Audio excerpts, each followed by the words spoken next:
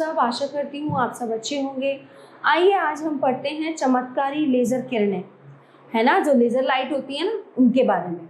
Laser के आविष्कार से सारी दुनिया में तहलका मच गया है। इस किरण के गुणों और शक्ति को देखकर किसी ने इसे डेथ रे की संज्ञा दी, तो किसी ने इसे अग्निबाण कहा। देखते ही देखते विश्व में अनेक प्रकार के लेज़र विकसित हो गए, जिन्हें मानव ने अपने कार्यों में प्रयोग करना शुरू कर दिया। रूबी लेज़र के आविष्कार के बाद और इसकी उपयोगिता को देखकर संसार के विभिन्न देशों में भांति भांति के लेज़र विकसित करने की होड़ सी लग गई। देखते ही देखते कुछ वर्षों में ही पदार्थों से विभिन्न रंगों की किरणें पैदा करने वाले अलग अलग ऊर्जा और शक्ति के लेज़र विश्व में विकसित हो गए और इन्हें जीवन के अनेक क्षेत्रों में प्रयोग किया जाने लगा। किसी भी लेज़र का नाम इस आधार पर रखा जाता है कि उसमें लेज़र किरण पैदा करने वाला पदार्थ कौन सा है। उदाहरण के लिए यदि रूबी से लेज़र किरण पैदा हो रही हैं तो उसका नाम होगा रूबी लेज़र। लेज़र को 5 भागों में बांटा गया है, ठीक है। वो कौन कौन से हैं? ठोस अवस्था लेज़र, गैस लेज़र, अर्धजालक लेज़र, डाई लेज़र तथा सामान्य लेज़र। इनके अतिरिक्त एक्स किरण लेज़र, गैस डायनामिक लेज़र, रासायनिक लेज़र, फ्री इलेक्ट्रॉन लेज़र, है ना, एक्साइमर लेज़र आदि अनेक लेज़र स्रोत वैज्ञानिकों ने विकसित कर लिए हैं। लेज़र स्रोतों से कुछ माइक्रोवाट से लेकर अरबों वाट तक की शक्ति प्राप्त की जा चुकी है। लेज़र किरणों की तरंगे पराबैंगनी क्षेत्र से लेकर अवरक्त क्षेत्र तक प्राप्त की जा चुकी हैं। कुछ लेज़रों से इतनी शक्ति प्राप्त की जा चुकी है जो उड़ती हुई मिसाइलों को जमीन पर गिरा सकती है, धातु को काट सकती है और वेल्ड कर सकती है आदि। लेज़र किरणों ने चिकित्सा शास्त्र में नए अध्याय जोड़ दिए हैं। इन किरणों द्वारा बिना रक्त बहे ऑपरेशन किया जा सकता है, पेट के अंदर झांका जा सकता है और बिना ऑपरेशन के जो है गुर्दे की पथरी को तोड़कर मूत्र के रास्ते निकाला जा सकता है ना, लेज़र के थ्रू ऑपरेशन होता है। चिकित्सा विज्ञान में काम आने वाले लेज़रों में रूबी, यांग, ऑर्गन और कार्बन डाइऑक्साइड लेज़र मुख्य हैं। लेज़र किरणों का नेत्र शल्य चिकित्सा में सर्वाधिक उपयोग किया है ना, होते हैं ना लेज़र लेंस। लेज़र किरणों द्वारा अपने स्थान से हटे आंख के रेटिना को पल भर में यथास्थान पर जोड़ा जा सकता है और रोगी को अंधा होने से बचाया जा सकता है। लेज़र स्रोत से युक्त एंडोस्कोप द्वारा पेट में हुए अल्सर का पता लगाकर बिना रक्त बहे शल्य चिकित्सा की जा सकती है। इस कार्य के लिए ऑर्गन लेज़र प्रयोग में लाए जा रहे हैं। लेज़र किरणों की सहायता से दांत के सड़े गले वाले भाग को दूर करके दंत क्षय रोका जा सकता है। लेज़र किरणों की सहायता से जन्मजात त्वचा के निशानों, मस्से, तिलों और गांठों को दूर किया जा सकता है। हृदय को जाने वाली धमनियों में वसा जमाव के कारण रुकावट आ जाती है, जिससे दिल का दौरा पड़ सकता है। लेज़र किरणों को प्रकाश तंतुओं द्वारा वसा के जमाव को वाष्पित करके रुकावट को दूर किया जा सकता है, ठीक है।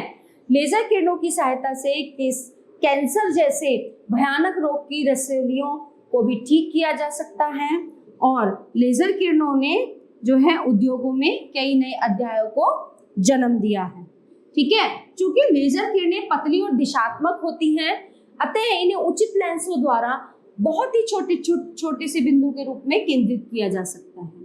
लेज़र किरणों द्वारा विभिन्न धातुओं, कांच और सिरेमिकों में अत्यंत सूक्ष्म छेद किए जा सकते हैं।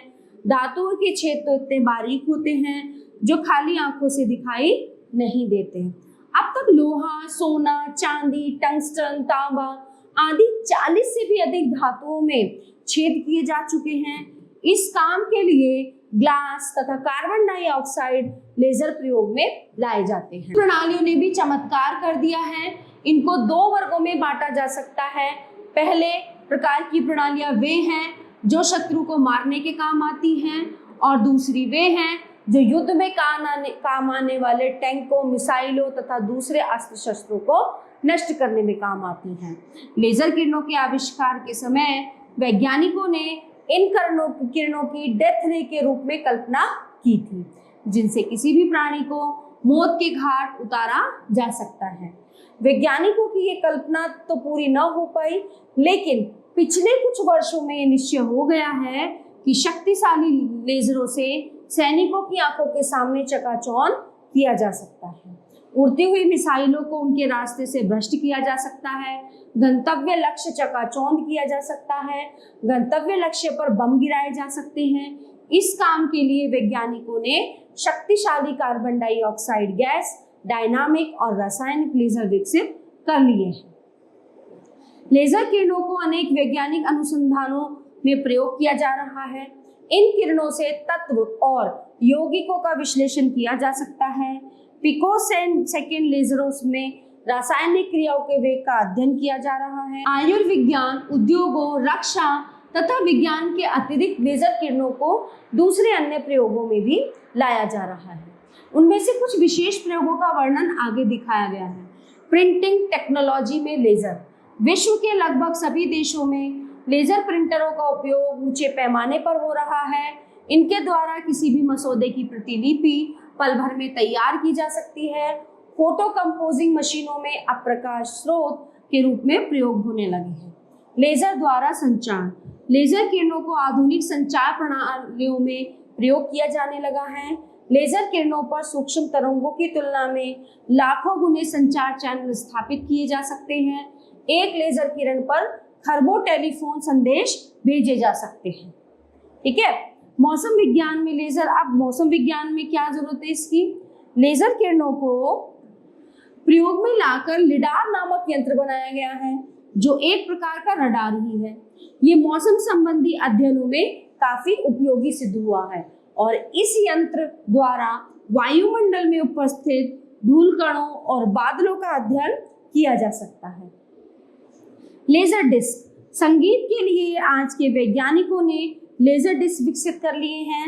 इन डिस्कों पर लेजर द्वारा कोई भी कार्यक्रम रिकॉर्ड किया जा सकता है और इन पर धातु की पतली परत चढ़ी होती है। माप कार्यों में लेजर। लेजर किरणों से दो स्थानों की दूरी मापी जा सकती है। सन 1969 में धरती से चंद्रमा की दूरी मापी गई थी, है ना। तो इस कार्य के लिए अपोलो 11 यानी कि अपोलो 11 को उड़ान में चंद्रमा की सतह पर एक परावर्तक लगाया था। इससे लेजर किरणें परावर्तित हो जाती हैं, है ना। लेजर जो होती है किरणें। लेजर चोर घंटी। अर्धचालक लेजर को प्रयोग में लाकर एक ऐसी घंटी बनाई गई है जिसे घर के दरवाजे पर लगा दिया जाता है। यदि कोई अनजान व्यक्ति घर में प्रवेश करता है तो ये घंटी बज उठती है ना, और चोर का पता चल जाता है। लेजर द्वारा टेलीविजन। लेजर किरणों को टेलीविजन में भी प्रयोग किया जाने लगा है। लाल, हरी और नीले रंग की लेजर किरणों को मिलाकर रंगीन चित्र पैदा किए जा सकते हैं। इन किरणों को दर्पणों द्वारा गतिशील करके चित्र पैदा किए जाते हैं। इनसे बने चित्र सामान्य टेलीविजन के चित्रों की तुलना में अधिक स्पष्ट होते हैं। इन चित्रों को पर्दों पर भी दिखाया जा सकता है। विश्व के सभी विकसित और विकासशील देशों में विभिन्न प्रकार के लेजरों का रक्षा विज्ञान तथा आयुर्विज्ञान में ऊंचे पैमाने पर प्रयोग हो रहा है। लेजर से बने उपकरण और यंत्र विकसित देशों के बाजारों में बेचे जा रहे हैं। भारत एक विकासशील देश है। यहाँ पर लेजर निर्माण, संयंत्र विकास और अनेक कार्यों में लेजर किरणों को प्रयोग किया जा रहा है। यूं तो लेजर किरणों की खोज हर वर्ग के लिए उपयोगी सिद्ध हुई है, लेकिन इनके प्रयोग में खतरे भी हैं। ये किरणें आंखों के लिए बहुत घातक हैं। यदि लेजर किरण आंख पर सीधी पड़ जाए तो आदमी अंधा हो सकता है। इतनी रेडिएशन खतरनाक होती है इनकी। इसलिए लेजर से काम करते समय विशेष चश्मों का प्रयोग करना बहुत जरूरी है। अत्यंत शक्तिशाली लेजर त्वचा पर कुप्रभाव डाल सकते हैं। लेजर से त्वचा का जला हुआ भाग जल्दी ही ठीक हो जाता है, लेकिन वहां पर निशान रह जाता है। लेजर ऑपरेट करने में अत्यधिक शक्तिशाली विद्युत स्रोत प्रयोग होते हैं, अतः बिजली के झटके से बचने के लिए आवश्यक सावधानियां बरतना बहुत जरूरी है। सावधानी बरतने पर लेजर के घातक प्रभाव से आसानी से बचा जा सकता है। तो ये था लेजर के बारे में, क्या क्या उपयोग, क्या चीजें होती हैं, लेजर के थ्रू क्या क्या काम होते हैं। आशा करती हूँ ये पाठ आपको बहुत अच्छे से समझ में आया होगा।